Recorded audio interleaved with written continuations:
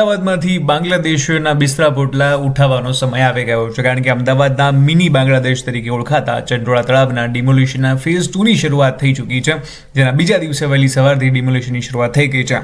ચંડોળા તળાવ વિસ્તારમાં આવેલા ધાર્મિક સ્થાનોને પણ તોડવાની શરૂઆત કરવામાં આવી છે અને તમને જણાવી દઈએ કે જેટલા પણ ધાર્મિક સ્થાનો તોડાઈ રહ્યા છે તમામે તમામ ગેરકાયદેસર છે. આને કારણે કેટલાક લોકોના ટોળા પણ ઉમટ્યા હતા, પરંતુ પોલીસ બંદોબસ્ત ગોઠવી દેવામાં આવ્યો છે. એની સાથે આ વિસ્તારની અંદર જેટલા પણ લોકો ગેરકાયદેસર રીતે રહી રહ્યા છે તમામને અહીંયાથી દૂર કરવામાં આવી રહ્યા છે.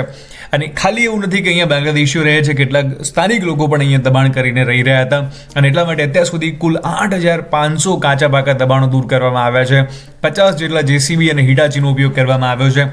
3,000 પોલીસ કર્મીઓ અને 3,000થી વધારે બીજા અલગ અલગ સરકારી કર્મચારીઓ પણ આમાં સામેલ છે.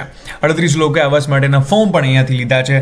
અત્યાર સુધી ફેઝ 1 અને ફેઝ 2ની દબાણની કામગીરી દૂર કરવાની ચાલુ છે અને ફેઝ 1માં 1.5 લાખ સ્ક્વેર મીટર જમીન ખાલી કરવામાં આવી હતી. ફેઝ 2માં 2.5 લાખ સ્ક્વેર મીટર જમીન અહીંયાથી ખાલી કરવામાં આવી રહી છે.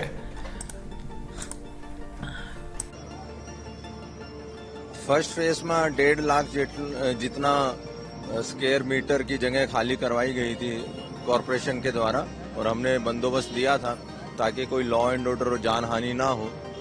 और फेज 2 आज से प्रारंभ हुआ है और आज भी पर्याप्त संख्या में सीपी सर ने बंदोबस्त दिया है और सब सीनियर अधिकारी स्थल पे मौजूद हैं. और मुझे उम्मीद है कि जनता भी हमारे साथ सहयोग दे रही है और बहुत शांति से ये जो दबान हटाने का कामगिरी है पूरी होगी.